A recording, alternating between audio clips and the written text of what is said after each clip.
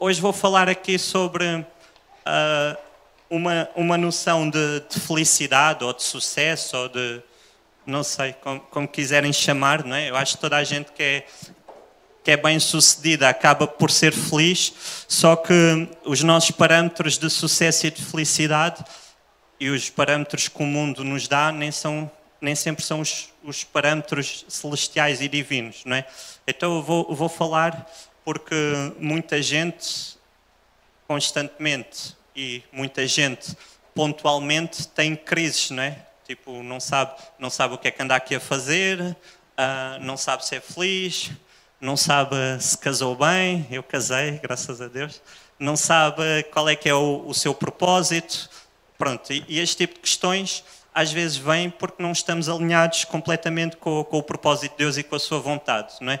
Então vou tentar dar aqui alguns pontos que ao ler a Bíblia acredito que nos possam levar a ser mais felizes, mas de acordo com os padrões de Deus, ok? Pronto.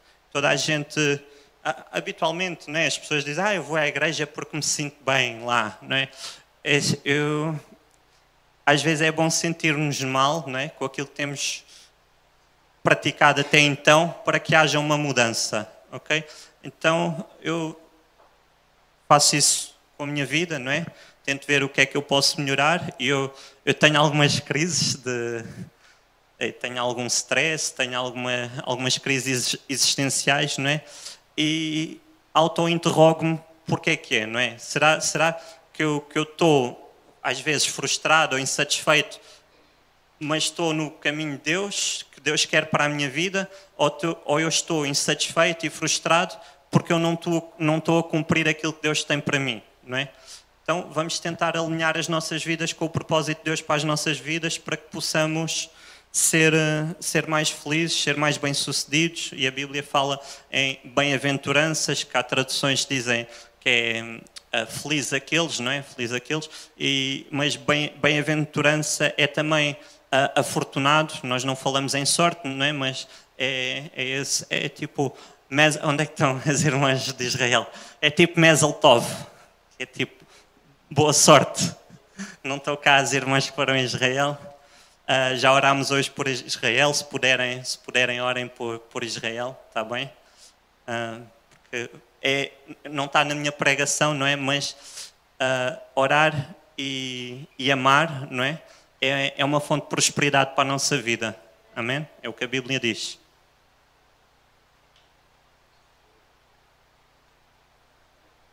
Bebam água.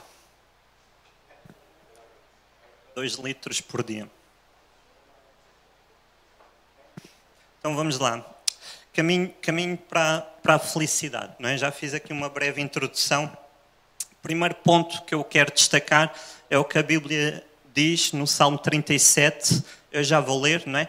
Mas ponto 1. O principal prazer para nós deve estar em Deus. Ok? Pronto. Às vezes não estamos satisfeitos porque o principal prazer em nós não está em Deus. Ok? E isto diz no Salmo 37, 3-4, diz: confia no Senhor e faz o bem. Habita na terra e alimenta-te da verdade. Agrada-te no Senhor. Há outras traduções que dizem deleita-te, não é? Tem prazer no Senhor, ser feliz no Senhor, e Ele satisfará os desejos do teu coração. Ok? Entrega o teu caminho ao Senhor, confia nele e o mais Ele fará. Ok? Então o primeiro ponto é que a nossa satisfação, o nosso prazer, a nossa felicidade, primeiramente deve ser em Deus. Ok? Pronto. Ponto 1 é este, não é? Então, porque é que nós vivemos frustrados? Porque se calhar o nosso alvo, ou a nossa fonte de satisfação, a nossa fonte de felicidade, a nossa fonte de plenitude, não tem sido o Senhor, não é? Diz aqui, agrada-te no Senhor, ser feliz no Senhor, deleita-te no Senhor e Ele satisfará os desejos do nosso coração. Não é a vontade de Deus que vai mudar, os desejos do nosso coração é que vão mudar quando nós nos ligamos ao Senhor, quando nós somos felizes nele, quando nós descansamos nele, que é o que este salmo está a falar, não é? Quando nós entregamos o nosso caminho, tudo o resto é acessório e podemos descansar que Deus cumprirá e fará. ok?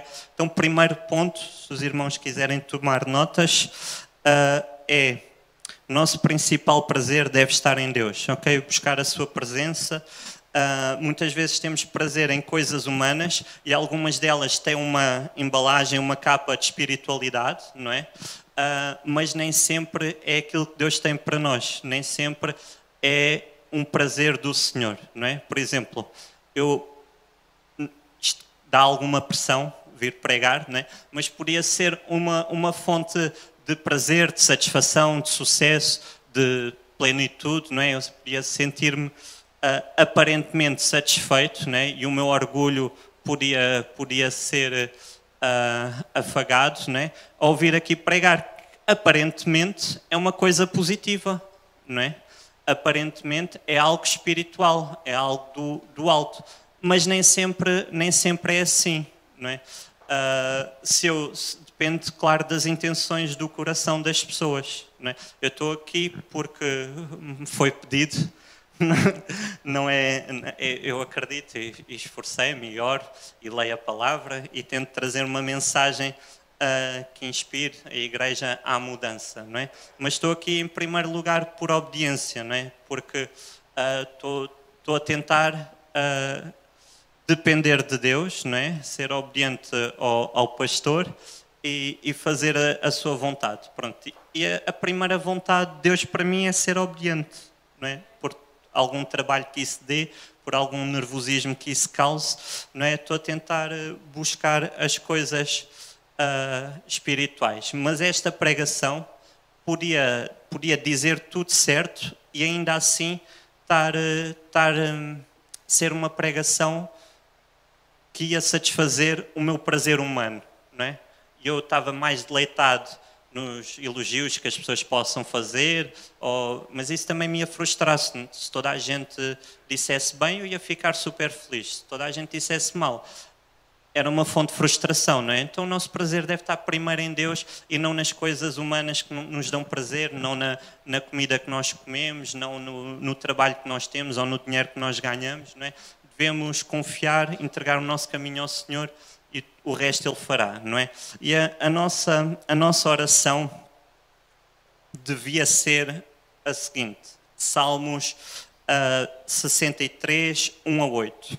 Ó Deus, Tu és o meu Deus, de madrugada te buscarei. A minha alma tem sede de Ti, a minha carne te deseja muito em uma terra seca e cansada, onde não há água, para ver a Tua força e a Tua glória como Te vi no santuário, porque a Tua benignidade é maior do que a vida e os meus lábios Te louvarão. Então, isto é importante, a bondade de Deus, a benignidade de Deus deve ser mais importante para nós do que a nossa própria vida, ok? Assim Te bendirei enquanto eu viver.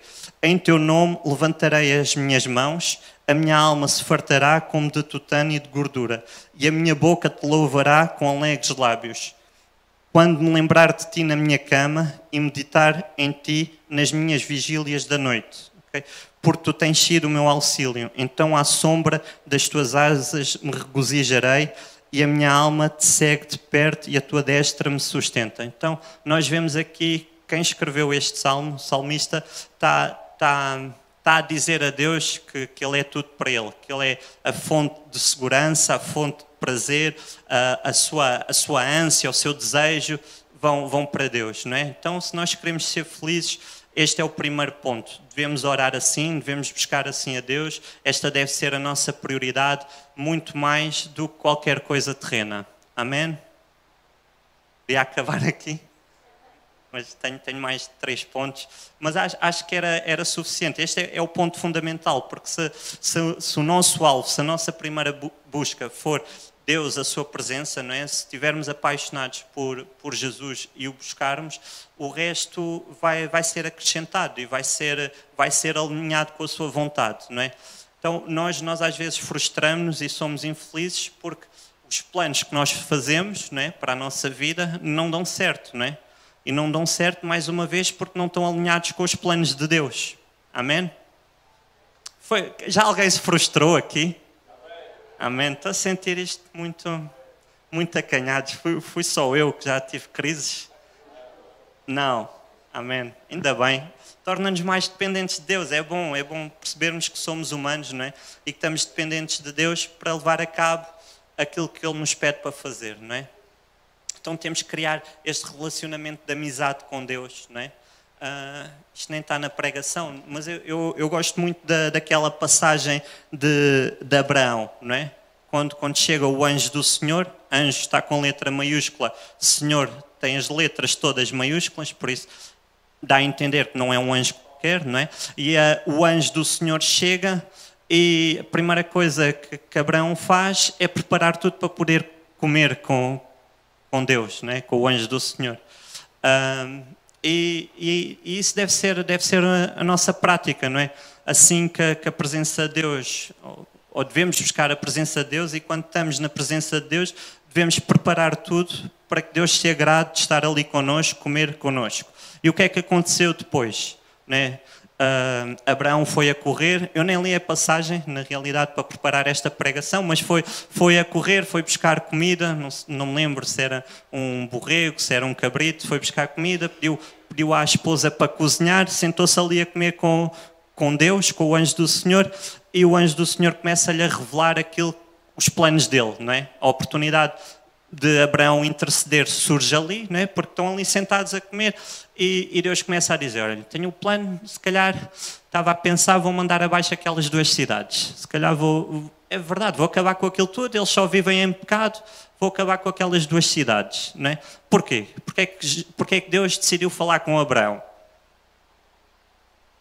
Agora podem responder. Porque Abraão preocupou-se em dar uma refeição aprazível a Deus, preocupou-se em estar na presença dele, preocupou-se em ouvir, e Deus pôde revelar os seus planos por causa disso. Amém? Então, nós fazemos planos, não é? Mas a palavra final, já estou aqui em Provérbios 16. O homem faz planos, não é? Eu vou ler. O coração do homem pode fazer planos, mas a resposta certa vem dos lábios do Senhor. Todos os caminhos do homem são puros aos seus olhos, mas o Senhor pesa o espírito. Confia ao Senhor as tuas obras e os teus desígnios serão estabelecidos. Ok? Já vou ler o resto, mas é isto que nós estamos a falar, não é? Os nossos planos são frustrados porque os nossos planos não estão de acordo com os planos de Deus para a nossa vida, não é? Então eu acho que vou ser bem sucedido naquele trabalho, acho que vou ser bem sucedido com determinada esposa, acho que vou ser bem sucedido com, sei lá, tendo 10 filhos ou tendo um filho, depende, não é? Qual é que foi a última vez que nós parámos para ouvir os planos de Deus para a nossa vida, não é? É que 10 filhos pode fazer sentido para uns e não fazer sentido nenhum para outros, não é? Ou determinado trabalho pode ser excelente para um e não ser excelente para outro. Pode roubar, se eu não for capaz de fazer o meu trabalho, com a capacidade humana que eu tenho, vai consumir muito mais tempo e eu vou perder tempo para a minha família, tempo para Deus. E o mesmo trabalho para alguém mais inteligente que eu será um sucesso, porque ele vai fazer aquilo, em vez de 10 horas, vai gastar 6 e vai ter muito mais tempo para discipular os seus filhos e estar com a sua esposa e orar e jejuar, não é? Então depende, nem tudo é bom para toda a gente, em qualquer tempo, não é? Temos que saber discernir isso de acordo com a voz de Deus. Primeira revelação vem na palavra, segunda revelação através do Espírito Santo, comunhão com Ele, não é? O meu pai falou há 2 ou 3 semanas sobre as diversas formas de Deus falar, não é? E isso é importante percebermos como é que Deus fala e alinharmos os nossos planos com os planos do Senhor, não é? Continuando aqui em Provérbios, o Senhor fez todas as coisas para determinados fins e até o perverso para o dia da calamidade. Abominável é ao Senhor todo o arrogante de coração. Amém? Abominável é ao Senhor todo o arrogante de coração. E é evidente que não ficará impune. Pela misericórdia e pela verdade se expia a culpa. Pelo temor do Senhor os homens evitam o mal.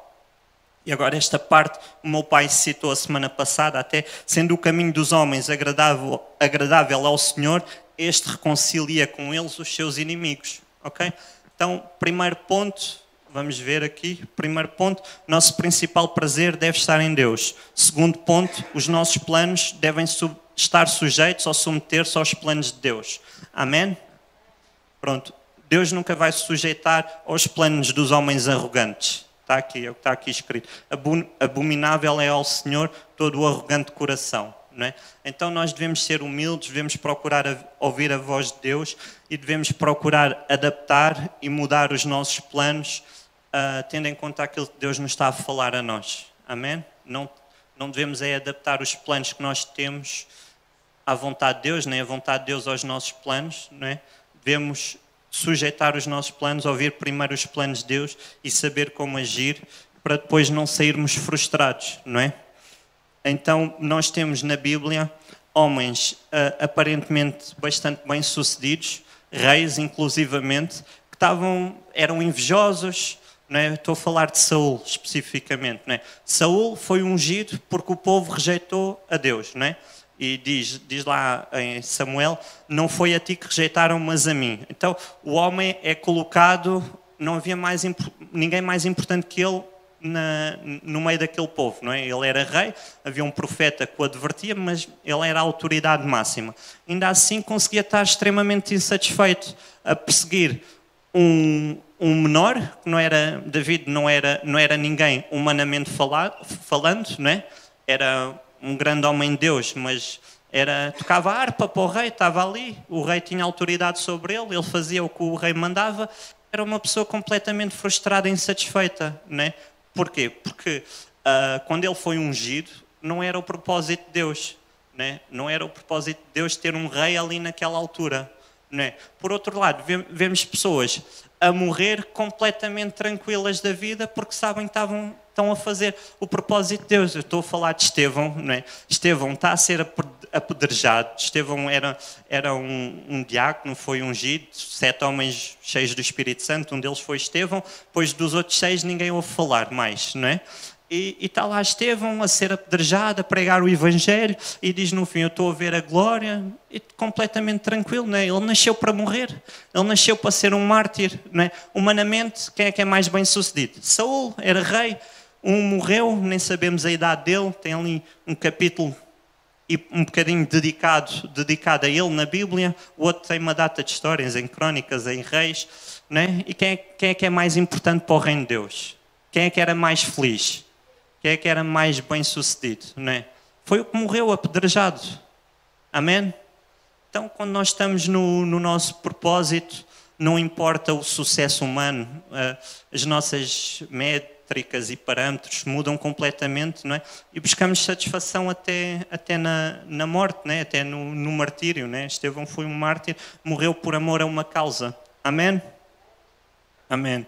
Pronto, até no meio da escravidão, da dificuldade, a palavra de Deus diz em Jeremias, não é? Porque sou eu que conheço os planos que tenho para vocês. Amém? Jeremias 29:11. Diz o Senhor, planos de fazê-los prosperar e não de causar dano. Planos de dar a vocês esperança e um futuro. Então vocês clamarão a mim, virão orar a mim e eu os ouvirei. Vocês me procurarão e me acharão quando procurarem de todo o coração. Não é? Então, Deus tem interesse em revelar os planos, em dar esperança para o futuro, não é? Em tirar o povo do cativeiro, tem interesse em libertar-nos, seja qual forem os nossos medos, as nossas angústias, né? O nosso caráter, né? Deus tem interesse em que sejamos libertos para cumprir um plano, não é? Para termos uma esperança para o futuro, mas está aqui um segredo que voltamos ao ponto 1 da pregação, não é? Então, clamarão a mim, virão orar a mim, eu os ouvirei, quando procurarem de todo o coração. Pronto, está aqui o segredo da revelação dos planos, né? É a presença de Deus, ter prazer na presença de Deus, estar na presença de Deus, buscar a presença de Deus através do Espírito Santo. Amém? Só assim seremos libertos e cumpriremos os planos maiores de Deus, né? E não os nossos, ok?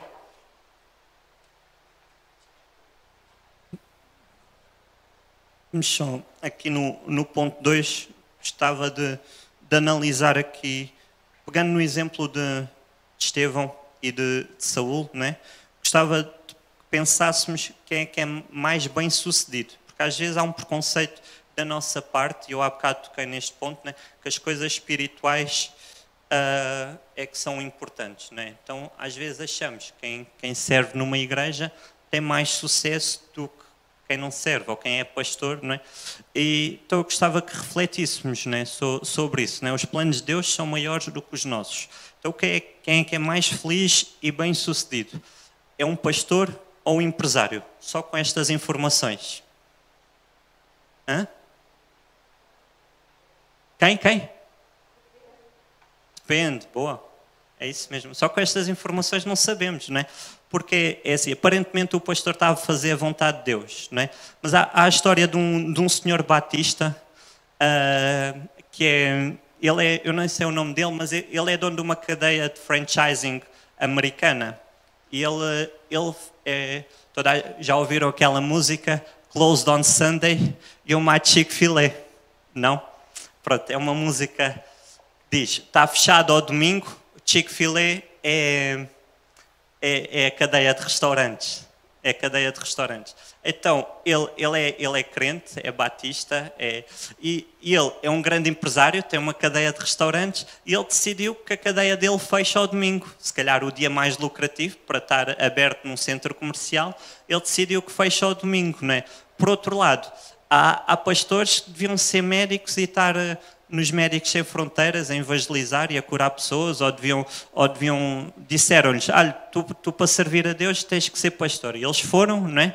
E podiam estar a trabalhar numa obra social, num orfanato, e estão a pastorear igrejas, não é? E são insatisfeitos a pastorear igrejas. E o outro homem que é empresário, é bem sucedido, ganha dinheiro, estabelece justiça social, paga bons salários, fecha ao domingo para as pessoas poderem estar com a família e se calhar está a cumprir mais os desígnios de Deus para a sua vida do que alguém que aparentemente está a cumprir ali a vontade de Deus a tomar conta de uma igreja, não é? Então nós temos que mudar também a nossa perspectiva, não é? E até incentivar os nossos irmãos ora a serem empresários, ora a serem professores, diretores de escola, porque não? Talvez Deus use aqui alguém, enfermeiros, cabeleireiros, né? Se calhar é o propósito estar lá a evangelizar, né? Receber as pessoas, ouvir o que elas têm para dizer, né? E nós achamos, eu só vou ser feliz quando largar o meu trabalho e servir a Deus na igreja. Então tínhamos aqui uma igreja de 40 ou 50 ou 60 pessoas, todos sem dinheiro, né? Era estranho, né? A tomar conta uns dos outros, não havia mais ninguém para pastorear e éramos todos frustrados, né? Porque mais ninguém fazia nada fora destas quatro paredes, né? Então, no local onde estamos, não quer dizer que seja o plano de Deus para sempre, não é? Não quer dizer que tenhamos que ter aquela profissão sempre, e Deus pode chamar para outras coisas. O importante é estarmos constantemente a auscultar Deus e a ouvi-lo, não é? E a dizer, o que é que tens para mim agora, não é? Quais é que são os teus planos agora, não é? Os teus planos são maiores que os meus, não é? Eu quero sujeitar os teus planos aos meus planos. Amém? Perdão, quero sujeitar os meus planos. Vocês estavam mais distraídos que eu. Quero sujeitar os meus planos aos teus planos. Ok? Amém? Ponto 1, né? Encontrar prazer, satisfação em primeiro lugar em Deus. Né? Ponto 2, fazer planos sujeitos aos planos de Deus. Né? Deixar que os planos de Deus sejam maiores. Ponto 3, a palavra de Deus é o fundamento de todos os planos que nós fazemos. É o fundamento de tudo, mas agora... Continuando do ponto 2 para o ponto 3, não é? E a Bíblia diz claramente isso. E já vamos falar mais sobre a palavra de Deus, porque é uma fonte de satisfação quando a cumprimos, não é? Mas Deus diz em Mateus, não é? 7, 24 a 27. Não é? Isto não é só uma história da escola dominical, que tem um vídeo giro e que nós pomos para os nossos futuros filhos verem. E não é só isso, não é? Todo aquele que ouve estas palavras e as pratica, será comparado a um homem prudente que edificou a sua casa sobre a rocha. Amém? E caiu a chuva, transbordaram os rios, sopraram os ventos e deram com ímpeto contra aquela casa e não caiu, porque fora edificada sobre a rocha. Amém?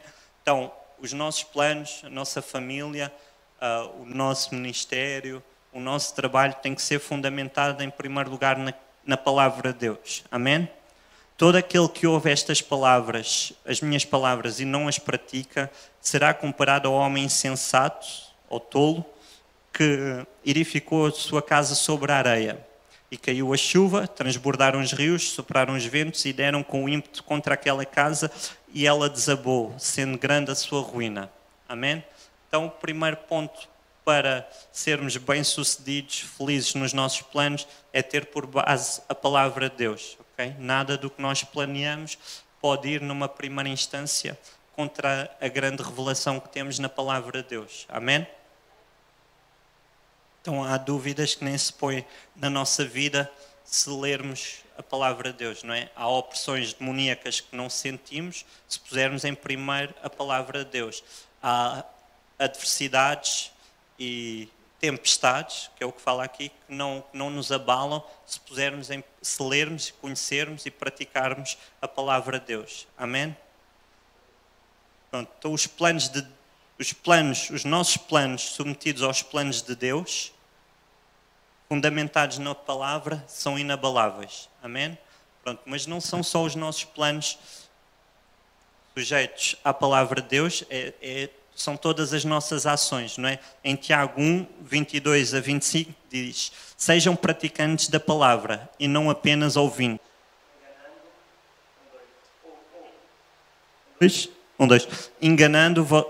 Enganando-vos a vocês mesmos. Aquele que ouve a palavra, mas não a põe em prática, é semelhante a um homem que olha a sua face num espelho e depois de olhar para si mesmo sai logo e esquece a sua aparência. Mas o homem que observa atentamente a lei perfeita que traz a liberdade e persevera na prática dessa lei, não esquecendo o que ouviu, mas praticando, será feliz naquilo que fizer. Amém? Então, o terceiro ponto tem a ver com a palavra de Deus, não é? Não só para fundamentar os nossos planos, mas também porque diz que traz felicidade. Quem pratica a palavra de Deus é feliz naquilo que fizer. Amém? Será próspero, será pleno naquilo que fizer. Amém? Se os irmãos quiserem ler mais a fundo, eu nem vou falar hoje. Tinha aqui no plano B, leiam o Salmo 119. Podem ler todo. É curtinho? Não é. Não é curto, mas só fala disto. Eu tenho aqui alguns certos, né? Bem-aventurados os irrepreensíveis no teu caminho, os que andam na lei do Senhor, os que guardam as prescrições e buscam todo o coração, não praticam iniquidade. Tu ordenaste os teus mandamentos para que cumpríssemos. Tomara que sejam firmes os meus passos para que eu observe os teus preceitos. O Salmo 119 praticamente só fala disto, não é? Dos preceitos, da lei, não é? E da forma como isso nos traz prosperidade e plenitude. Amém? Então nós também não nos podemos desculpar com a ignorância. Eu não sabia. Eu tenho problemas porque eu não li essa parte. Porque eram as genealogias e eu saltei Levítico todo. Porque já eram muitos salmos, eram 100 e tal salmos. Olha, sinceramente eu nem li. Isso não pode servir de desculpa, não é? A nossa ignorância não pode servir de desculpa porque nós depois vamos ser frustrados. Vamos ser frustrados porque a Bíblia diz como é que é um casamento, a Bíblia diz como é que é o patrão com o empregado, a Bíblia diz como é que é o empregado com o patrão, a Bíblia diz como é que é para emprestar dinheiro, não é? Pois há problemas entre familiares. Emprestei ao meu irmão, vê lá, nunca mais me pagou. Não é? Mas a Bíblia diz, se vais emprestar, não esperes que ele te devolva. Então, é verdade. Porque eu digo, olha, eu não te vou emprestar porque eu sei que esse dinheiro eu não vou contar mais com ele. Então, eu não te empresto isto, mas dou-te isto, que é o que eu posso. Não é? Se eu emprestar, estou à espera. A Bíblia fala sobre cobrar juros ao povo de Israel. A Bíblia diz como é que nós devemos proceder em diversas áreas. Não é? E nós somos frustrados e os nossos planos não correm bem. E nós temos desavenças com familiares, nós temos problemas no trabalho, temos problemas com a nossa esposa, eu só tenho uma, graças a Deus, mas temos problemas com a nossa esposa, etc. Porque não percebemos, porque não lemos essa parte, porque saltámos, esqueci-me, não tive paciência para ler. Então a culpa é de quem? A culpa é de Deus? Quando está tudo escrito, né? A culpa é de quem? Não é para trazer peso, irmãos, por amor de Deus, né? Mas é para trazer paixão pela palavra, né? Se tivermos prazer em ler, vai custar menos, né? Amém? Ser fiador, está lá em Provérbios, é uma questão da barraca, às vezes. É sim, se é fiador, não esperem que alguém, que as pessoas que vocês estão a fiar vos deem o dinheiro de volta, que a Bíblia diz claramente isso, né? Se vocês estão a ser fiadores, estão a dar, basicamente. Então, dá problemas, e há problemas familiares de diversas ordens, já referi, há muitos problemas que vêm porque nós não estamos suportados na palavra, não é? E não digam, mas isso não tem nada a ver com felicidade, que eu vivo bem sem a minha família. Mas eu vivo bem no meu bunker, fechado aqui numa cave, na Arrentela. Não. Ninguém é feliz sozinho. A Sofia já falou sobre isso hoje.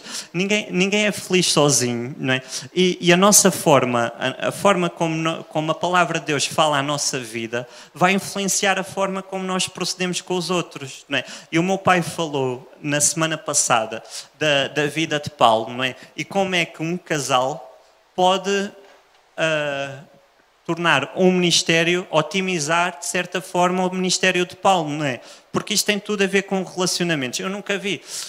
Não, vi Jesus sozinho muitas vezes, no deserto, no monte, mas Jesus era um ser relacional, não é? Jesus não seria feliz se vivesse sozinho, não é? O Pai elegeu, chamou, para ele escolher mais 12, para depois darem continuidade ao ministério que tinha que fazer, não é? Pregar a salvação, não é? Depois da morte e ressurreição, não é? Jesus incumbiu aquelas 11 mais 1 que é Matias, não é Judas? 11 mais 1 de continuarem aquilo que ele veio fazer, não é? Então, a igreja tem a ver com relacionamentos, o sucesso tem a ver com relacionamentos, não é? A Trindade tem a ver com relacionamentos, não é? São 3, não é um Deus, é Deus Pai, Deus Filho, Deus Espírito Santo, não é? Então, esse é o quarto ponto da mensagem, não é? Ter relacionamentos saudáveis e intencionais é o que vai fazer prosperar a nossa vida e os nossos planos, ok? É a única forma de sermos satisfeitos, não é? E também não é, eu vou organizar um almoço com 100 pessoas, vou conviver com toda a gente e não convivo com ninguém. Não, Jesus era muito intencional nos seus relacionamentos, não é? E há alturas para Paulo estar com Barnabé e há alturas que aquele já não dava mais. Teve que ir cada um para seu caminho, não é? Então há alturas para estarmos com determinadas pessoas que nos vão fazer prosperar porque têm a mesma visão profética, não é? Desenvolveram a mesma amizade com Deus que nós e que nos vão acompanhar até certo ponto, ok? Então, Jesus, eu gosto muito desta parte da história, não é? Porque Jesus prega para muitos, anda com 500, 120, 70, 72, depende das Bíblias, não é? 12, 3 subiram ao monte e viram a glória, não é? E escolhe um para dar a última revelação mais importante do futuro, e escolhe outro para que a igreja seja edificada sobre ele, não é? E é assim, foram pessoas. Jesus foi muito intencional nos seus relacionamentos. Até o filho da perdição, Jesus escolheu bem. Estava lá o Judas, né, que deixou o diabo falar. Né? Então Jesus sabia que havia um propósito e sabia que precisava de um Judas para cumprir o propósito. Né? Então Jesus escolheu bem os seus relacionamentos. Né? E outra pessoa, tenho aqui alguns exemplos, né? Josué e Caleb, né? Relacionamentos positivos, bons, mas Josué e Moisés, relacionamento positivo, bom, já volto, né? Temos exemplos como o pai deu, Paulo, Áquila e Priscila, não é? Paulo e Barnabé, temos David e Jonatas, né? Um bom relacionamento, potencia um ao outro. Mas em relação a Josué, perante... É assim, havia um plano de Deus, não é? Isto é importante para a pregação. Aquela terra é vossa. Vão lá ver como é que aquilo está e depois digam, não é? E o plano de Deus era maior que o dos homens, não é? E vem 10 más notícias para 2 boas notícias, não é? Mas quais é que eram as notícias de acordo com os planos de Deus, não é? Então, Josué é fundamental na história porque vai liderar o povo, não é? E é fundamental na forma como ele se relaciona, quer com os que não percebiam nada dos planos de Deus, eles até mandam calar, ele e Caleb mandam calar quem vem com um relatório mais negativo, porque eles tinham uma visão profética mais à frente, não é? E é muito intencional no relacionamento com Moisés, não é? Por isso é que depois é eleito.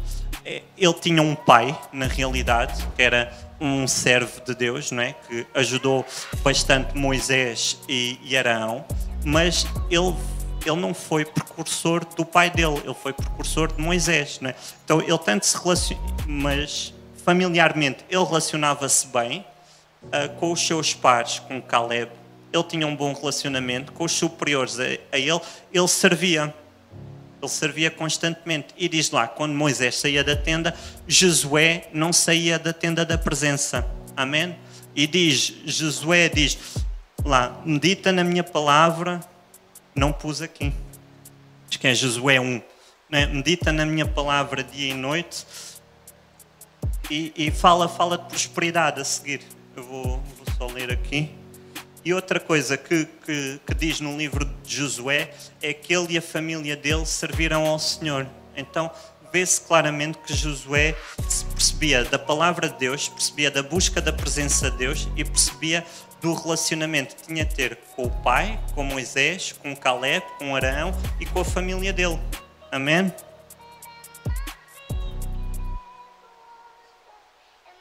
Vou só ler aqui Josué 1. Acho que é 1, não é? Não se aparte da tua boca o livro desta lei, antes medita nela dia e noite, para que tenhas cuidado de fazer conforme a tudo quanto nele está escrito, porque então farás prosperar o teu caminho e serás bem-sucedido, não é? Isto só vem reforçar o ponto 3 da importância da palavra de Deus na nossa vida, não é? Mas se olharmos para a vida toda de Josué, nós percebemos que ele foi bem-sucedido. Amém?